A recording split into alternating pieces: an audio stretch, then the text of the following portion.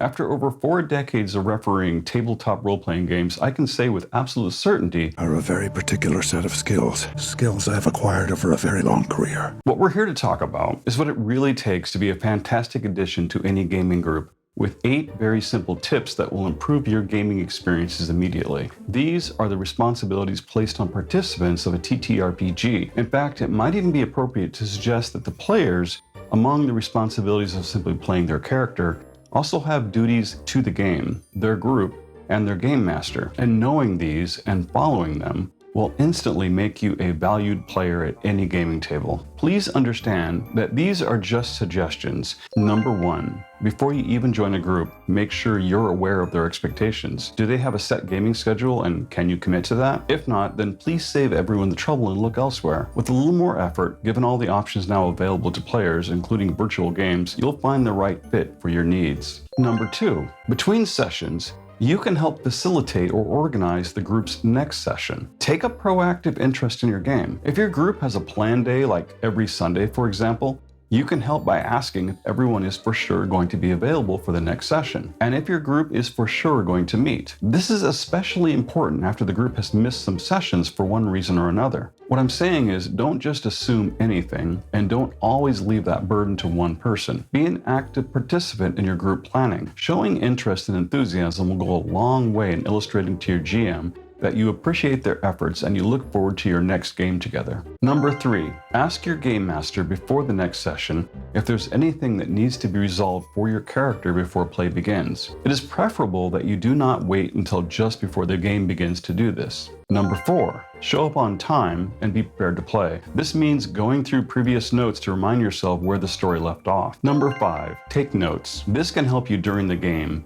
and keep you invested in the story. It keeps your game master on their toes, and going over your notes between sessions might enable you to remember or realize clues your GM may have dropped earlier that nobody caught at the time. Taking notes is also a great way to spend your time between player actions rather than checking your phone. Note-taking makes you a very valuable player to the GM and your fellow players. It also helps when players can compare notes between sessions. Number 6, don't have your face planted in your phone during a session. Don't be tuned out during the game. Don't text someone outside of the game, and don't search the internet for things that are not directly game related. If you're watching YouTube videos or Pornhub during a game, then really just leave and let the GM fill your seat with a player who will be present for the group. Number 7, be ready with an answer when the GM calls on you. Have you ever been into McDonald's when the person in front of you in line has no idea what they're gonna order? How is that even possible? That menu hasn't changed in decades. They were just standing there in line for a while. Why did they wait until they were called on to decide what they're gonna order? I mean, that's frustrating, right? Well, it's no less frustrating in a TTRPG. When the GM calls on you, be ready with your answer. This way, you can help ensure the game continues to run efficiently and smoothly. Number 8,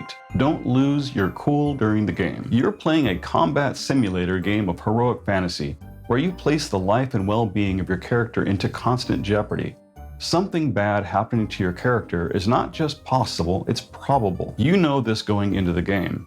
So how can you not already be emotionally prepared for this? Unless you have a terrible, vindictive, adversarial GM, then you need to roll with the punches. And if you do have a terrible GM who gets their jollies off killing characters, then why are you in that group? You shouldn't be in that group. Find another group. In the end, there's no good reason to allow the game to make you angry, and no good reason for you to remain in a group with people who are emotionally unstable. You may have noticed that I have so far made no mention of even knowing the game mechanics. You may be in a group where that's very important, but in my groups, though I am very appreciative of the experienced players, that isn't even one of my requirements. Just tell me what you want your character to do. It's a role-playing game, R-O-L-E, not R-O-L-L. I hear many times people say they've always wanted to play D&D, but have been afraid because they think it's too hard. Children learn the game. I have full confidence you can as well. I recommend those brand new to the game play a fighter or rogue. It's really only when you get into spellcasting that you absolutely must have some understanding of game mechanics. Otherwise, I'm willing to help guide you through the process, and all I require is for you to describe your intended actions.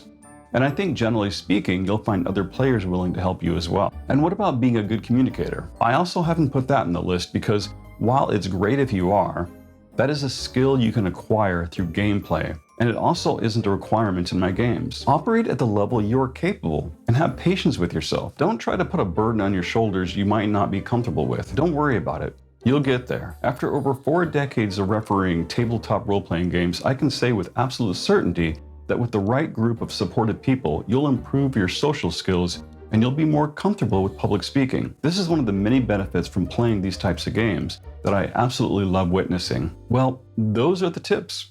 And it now comes down to the single biggest secret that all experienced TTRPG players know well to be absolutely amazing and awesome and an asset to every gaming table. Are you ready? Don't be a jerk. That's it.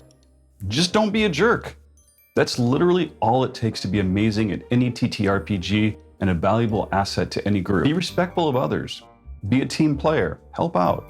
Just don't be a jerk. Follow that simple trick of the pros and you'll be just fine. If you first start playing and you find that you're introverted, shy, have trouble expressing yourself, those things will eventually work themselves out with some patience by just simply engaging in the hobby with others. If you're a big old jerk, you might miss out on all of that. And I'm sure I speak for everyone when I say we want great, fun people at our gaming tables. Well, what do you think? Have I left something out? Let me know your thoughts in the comments. I'm eager to hear from you. One of the biggest joys I've had uploading my videos is to read your responses, and you've all allowed me to learn from you about your games and experiences, which has been incredibly enjoyable for me. I'm your host, Atten, here at We Love TTRPGs. I greatly appreciate your likes, subscriptions, and comments. Be sure to turn on notifications so you don't miss any of our future uploads.